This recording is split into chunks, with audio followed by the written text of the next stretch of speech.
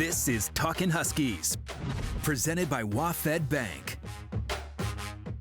I feel like games like this, you know, you get the best from both sides. So guys prepare hard, guys play hard. So whenever you get that feeling from both teams, I feel like it's pretty fun. Does it get real chippy out there? Maybe more so than other games you played in?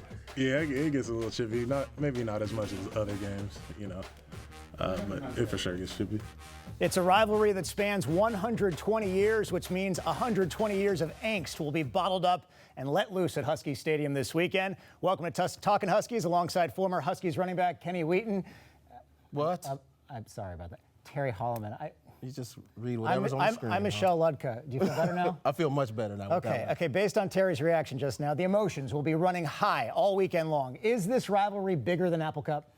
I don't know if it's bigger than Apple Cup, and you know, when you're talking about rivalries, I think there's two different categories, and you're talking about the Apple Cup, that's like a big family reunion where you get back together with some of your old cousins. The big cousin thinks he's bigger and stronger than the little cousin, and you got to prove that you're not, and you're getting out in the yard and you scrap it up a little bit. Then everybody goes and has some of grandma's peach cobbler. That's the Apple Cup. That's the family reunion. This is something different. This is Hatfields and McCoys. This is Jets versus the Sharks. This is, you know, a real battle, of real tension. These guys aren't going to be friends on the field or after the game. They would play this game whether it was in Autzen Stadium, Husky Stadium, or somewhere in a park in Cleellum. They would play this game. No peach cobbler unless you win. There's no peach cobbler after this one for sure. Yeah, I mean, it's an even bigger game even when we have two teams ranked in the top 25. We're going to focus on the game coming up. The Huskies, though, finally found their offense in the second half against Arizona. 38 points in one half. Yes. What the heck happened? I really think the Huskies really found themselves. They came out at halftime, and apparently Jacob Eason gave a really spirited speech, and they came out firing on all cylinders. 10-play drive, 75 yards, a great mix of run and pass. A play action worked very well. The running by Sean McGrew and Savon Ahmed on this drive was just incredible. Tough running. Fourth down and a yard, Jacob Eason takes the ball and puts over for a fourth down conversion, and then the Huskies ended up making it down to the end zone and 3-yard pass to Westover, and it was awesome. When the offense finds a spark like that, is it easy to continue that momentum and carry it into the next game?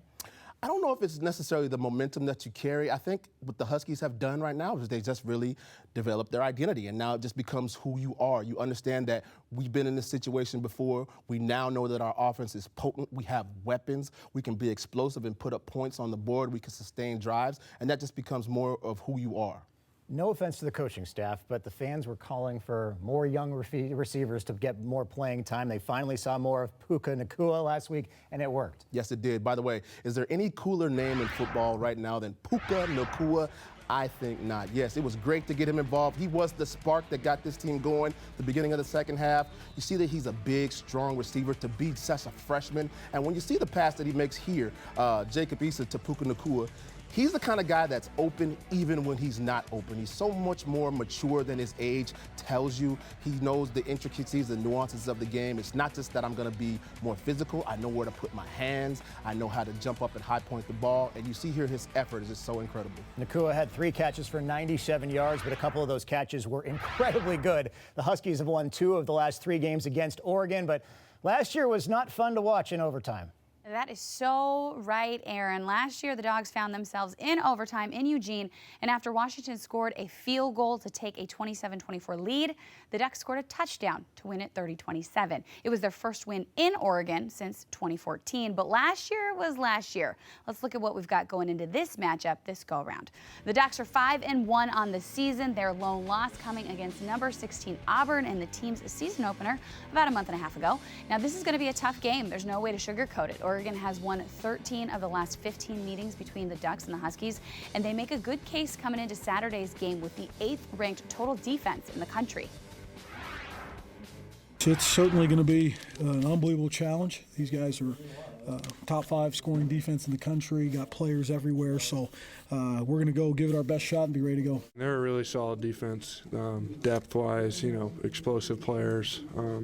So it's going to be a challenge. I mean, but, you know, that's why you play the game, is to go against good teams like Oregon. And I think we have a really good shot here with, you know, the guys preparing all week, and it's going to be a fun game. Fun is right, Aaron. Saturday's game is homecoming, so it should be fun for fans and students alike. Let's just hope that the play we see on the field has that same fun outcome all the Husky fans are eager to see. Absolutely. Thanks a lot, Michelle. You know, historically, Oregon has been seen as an offensive team. It's the defense leading the way this season. Just one touchdown allowed in Pac-12 play. What did their first-year defensive coordinator do? Well, first of all, they have just incredible athletes all over the defensive side of that field. They're strong, they're athletic, and they're deep. And what they do is they play as a unit very, very well.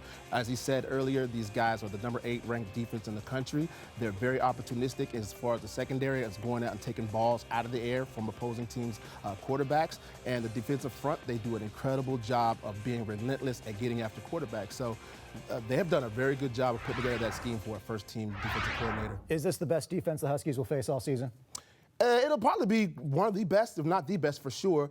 Coming in a close second will be Utah, because Utah's pretty good as well. Where I said earlier that Oregon's defense is ranked number 8 in total defense in the nation, Utah is ranked number 10, and just not very far behind those guys. So the Huskies will have their work cut out for them this week, the Huskies offense for sure, but they're going to have another challenge down the road when Utah comes calling. When you look at the common opponents between these two teams, Cal and Stanford, the Huskies lost to both of them. The Ducks beat both of them. Can we take anything away from those two games?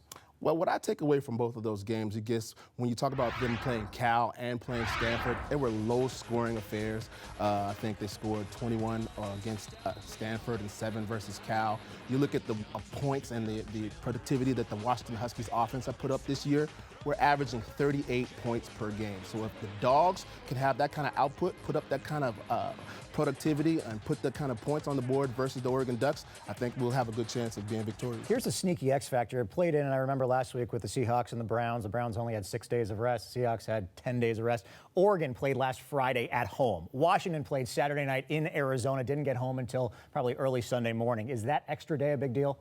I don't think it's going to be that big of a deal. I think these guys are going to do a great job of recovering and recuperating and getting into their regular routine as the week has progressed. I think the coaching staff does a good job of making sure they're prepared.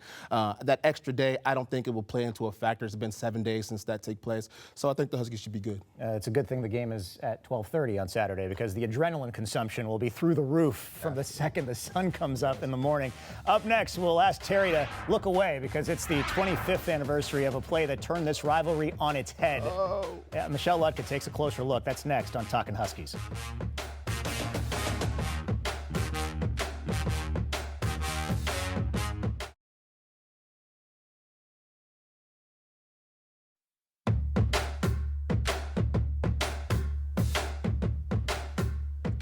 Well, it's a play that longtime Husky fans still cringe about. It was 25 years ago when Kenny Wheaton picked off Damon Heward and returned it for a touchdown to give the Ducks the win, their first win against the Dogs in 6 years. Our very own Terry Hollimon has said this countless times, that this single play has made the rivalry between the sides what it is today. But regardless if you agree or not, there is one thing for sure, that play and that game set in motion an impressive run by the Ducks over the last 2.5 decades. Now, over the course of those 24 seasons, the Ducks own the win-loss record, taking 18 of those games, the Dogs winning only 6. Of those 18 wins for the Ducks, the Oregon program was ranked 14th of those times, and the Dogs were ranked 3 of the 6. Now, since Chris Peterson took over the program at the end of the 2013 year, he's led the Huskies to a 2-3 record against the Ducks, Seattle winning their most recent contest at home against Oregon, which was back in 2017. That was Washington's first win at home against the Ducks since 2003. Then again, they had a chance to win 3 straight games and came to overtime last year. I know that was painful for you to watch the Kenny Wheaton play. How do you manage the emotions, though, of a rivalry game not getting the best of you? I mean, I think you just have to focus and, dial into your fundamentals, dial into the game plan, dial into what you've been coached up all week. At the end of the day, it just becomes football, The rivalry stuff, it weighs on you as you lead up to the game. There's a lot of anxiety, but at the end of the day, you're playing football. The history is great, but these kids weren't even born 25 years ago. So, I mean, do they even care about the Kenny Wheaton pick 6? I think the Husky players definitely don't care about it too much. I don't think they should care about it too much. I'm sure the Oregon players probably have a shrine to Kenny Wheaton in the locker room that they have to pray to and touch his feet every time they go out on the field. And so I give them that. But yeah, the Huskies, they don't need to care about this. 25 years ago, they should be more concerned about what happened last year. They should be more angry at C.J. Furdell for scoring a touchdown in overtime.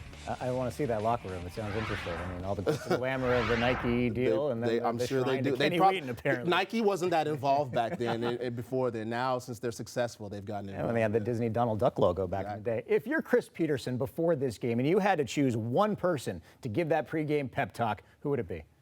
I think if I was Coach Peterson, I would bring in Old Faithful Lawyer Malloy. He's such a great, motivator of young men. He's such a motivator of men, period. He's a guy that spent 15 years in the National Football League. He was an All-American while at UW, a consensus All-American, All Pac-12, a guy that bleeds purple and gold through and through.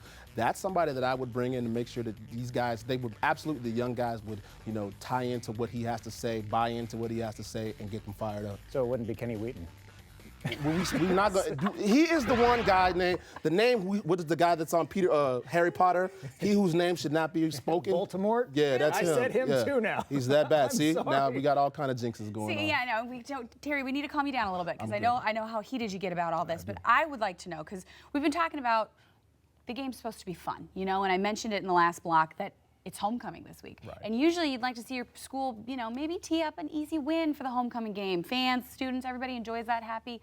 Are you okay with this big of a matchup? Two ranked teams, Oregon and Washington, for the Husky homecoming game? Yeah, well, as a fan, this is the kind of game you want to see and you want to have on a homecoming. You want it to mean something. And this is definitely a game that means something. Even if the two teams were not ranked, even if there wasn't so much at stake, and we're talking about a Pac-12 championship, still at stake, the Huskies still have an opportunity to compete for that if they win this weekend.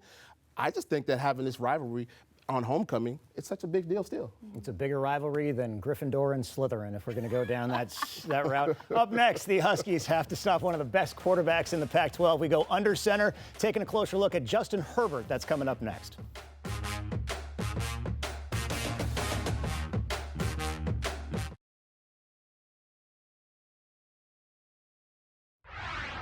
On 3rd and 9, Colorado shows pressure, and they bring 5. The extra man able to get there, but he gets rid of it, and Red hangs on for his second touchdown.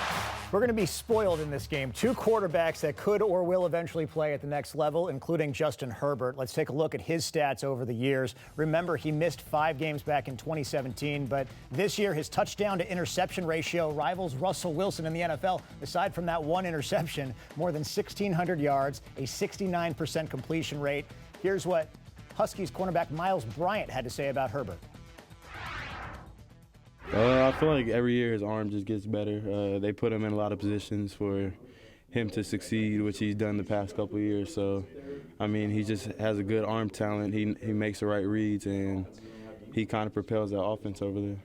So a simple question, is Justin Herbert as good as advertised? I think he is. I think he's a really good quarterback. He's the prototypical type of quarterback that NFL scouts are looking for. Last year, if he wanted to come out and enter the draft, I think he would have been one of the top draft picks in the 2018 draft. You look at what he's able to do. He's able to find the receivers all over the field. He's tall, he's strong, he's rangy. He's not the swiftest guy. I wouldn't call him a dual threat quarterback, but things can happen when he wants to take the ball down and move the chains. So what are the keys to stopping him? I think the keys to stopping Herbert this weekend, the Huskies are going to have to get a lot of pressure on this guy, particularly up the middle. They want to make sure they get him off his spot, get him off his square so that he's not comfortable. When you get him moving outside of the pocket and rolling around, he becomes far less of an accurate passer. You look at his productivity when he's rolling out, it drops off significantly rather than when you let him set his feet in the backfield. And when he has to throw the ball down the field, 20 yards or further, it becomes a lot less accurate, and that was one of the complaints on him last year when he was thinking about coming out, his inconsistency and his ability to not be completely accurate and throw balls into tight windows. Wouldn't mind seeing another touchdown from linebacker Brandon Wellington this week as well. That would help. Herbert's got a lot of weapons. That no longer includes their tight end, Jacob Breeland, who's out for the season. He led the Ducks with 6 touchdowns so far this year. How big a blow is that for the Ducks? I think this is a huge blow for the Ducks. I think, you look at his productivity this year. He's been the leading receiver at the tight end position for the Ducks. He's had 352 receiving yards, 5 touchdowns, 23 receptions. He's really been the crutch that Herbert has leaned on this entire season. And not only that, he's very good in the blocking game as well. So they're going to have to replace him, and I guess they're going to use a committee of guys to do that. And actually, Herbert's younger brother is actually a tight end for the Ducks, and so they're going to utilize him as well this week. So it's going to be a huge blow for them. Does that change the Huskies' game plan defensively at all? I don't think it necessarily changes their game plan. At the end of the day, the Ducks ultimately want to be a downhill powerhouse, run the ball football first and foremost. They have an ex-offensive lineman as their head coach. Of course, they want to be a downhill, powerful type of running football game. So I think it doesn't necessarily change what the Huskies want to do. They just, have to focus more on taking care of that run right out of the gate. Quarterback matchups like this don't happen very often. We see a few of them throughout college football every single year. Jacob Eason, Justin Herbert. Is this as good as it might get in terms of talent at that position at the collegiate level? I think for sure this year this is going to be one that you want to remember where you were when you saw this happen. These guys are going to be two players that are going to play on Sundays for sure. You're not going to see two better quarterbacks in the Pac-12. When you're talking about guys that have pure arm talent, going into this game, these guys were ranked by PFF, the Pro Football Focus, as the top two quarterbacks in the conference. Jacob Eason is actually the #1 quarterback under those rankings right now. So yeah, it doesn't get much better than this when you talk about quarterback play. And also nice to see Jacob Eason get back on track last week with a couple of touchdown throws. Time for our X factors now. How about number one? Number one, first and foremost, we talked about the great quarterback in Justin Herbert. You want to make sure that he is uncomfortable. Don't let him just hang out in the pocket. If you do, he's going to stand back there and torch you all day. You got to get guys in his face. You got to get him moving, like I said, off his spot, get him rolling out. He'll become far less accurate of a guy. How about X factor number two? X factor number two, as I alluded to earlier, the Ducks want to be more physical than you at the line of scrimmage. I think it's going to be up to the Dogs to get more physical than the Ducks. We have to control the line of scrimmage. We see that good things happen for this Washington Husky team when they're running the ball successfully and the offensive line is pushing guys around. Last week, the running backs had over 200 yards rushing, and we saw the productivity that happened from there. It just opens things up for Jacob Eason. Ducks are 3-point favorites in this one. Does that surprise you? No, actually, I assumed that they would be bigger favorites, that. But I think you have to factor in the Husky Stadium effect, and, that's always a big play when we're talking about college football, the effect that the fans have at the greatest setting in college football. Motivation, always a big factor in these games, although it's not hard to get up for rivalry games to begin with. But there was a seed planted in the locker room last week that will help the Dogs potentially this week. We're going to discuss that next on Talkin Huskies.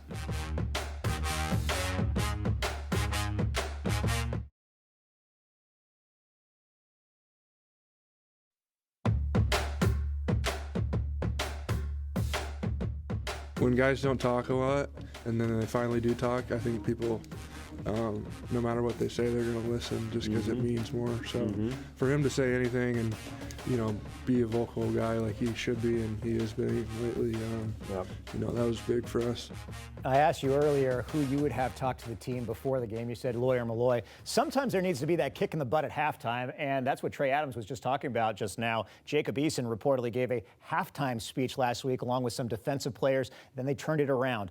Do you think it had any effect? Yeah, absolutely do. I think, just like Trey Adams mentioned, when there's a guy who's especially a leader physically on your team, like the quarterback of your team that doesn't normally speak a lot, he's not a rah-rah guy, not a guy that's jumping around, making a lot of noise, making a lot of speeches, and he comes out and says something, I think it really has an effect on the players for sure.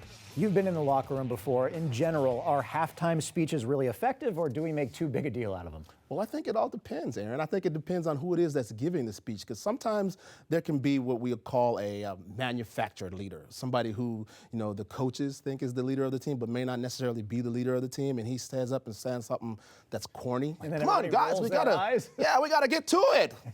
Do it for the team. No, and guys don't believe that. There has to be somebody that you believe that's the leader of this team to give that speech. You haven't given a speech like that. No. Have you ever given one before? I have given one or two speeches in my day, but they're usually always impromptu. It's nothing that's contrived or anything like that. What's the best one you've ever heard?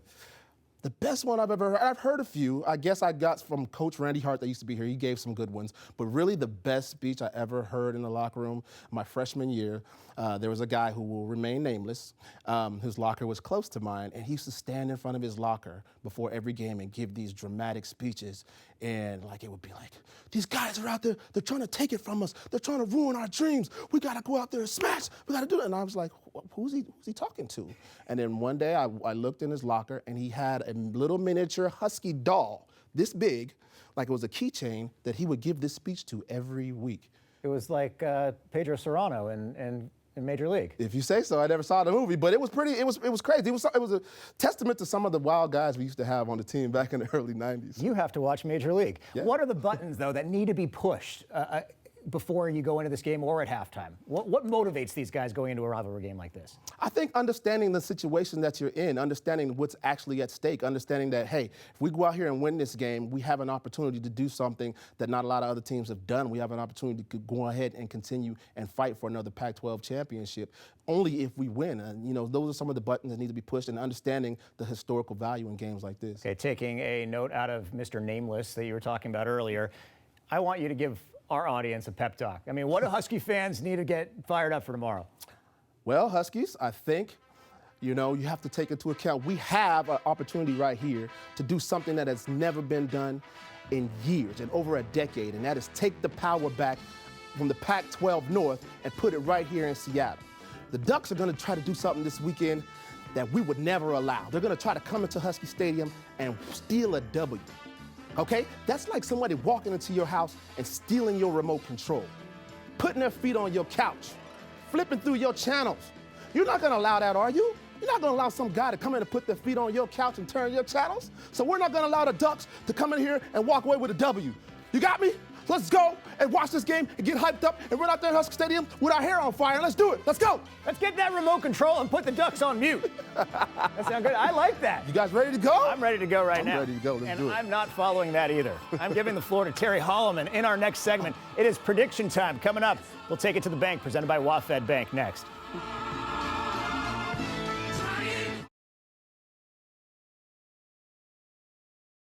Take it to the bank, presented by WaFd Bank.